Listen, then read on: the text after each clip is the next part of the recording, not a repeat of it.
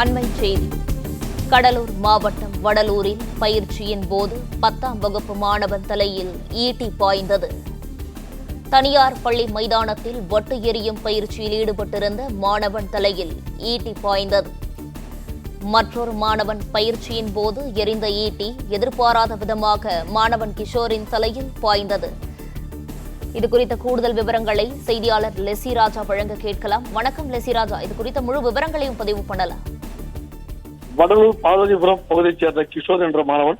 இவர் வடலூரில் உள்ள SPC matric மேல்நிலைப் பள்ளியில் 10ஆம் வகுப்பு படித்து வருகிறார்.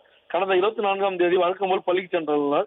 பள்ளி முடிந்து மாலை பள்ளி திடலில் விளையாட்டு பயிற்சியில் வட்டு எறியும் பயிற்சியில் கலந்து கொண்டு உள்ளார். அப்போது அதே திடலில் மறுமுனையில் ஈட்டி எறிதல் பயிற்சி நடந்து கொண்டிருந்தது.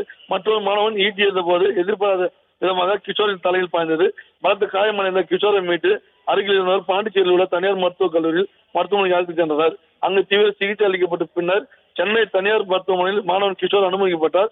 அங்கிருந்து விழுப்புரம் மருத்துவக் கல்லூரி மருத்துவமனைக்கு கிஷோர் மாற்றப்பட்டார். தற்போது கிஷோர் மூளைச்சாவை அடைந்துள்ளதாக மருத்துவர் தெரிவித்துள்ளார். தனது மகன் மூளைச்சாவை அடைந்ததை கேள்விப்பட்ட அவரது தாயார் விஷம் குடித்து மருத்துவமனையில் அனுமதிக்கப்பட்டவர்.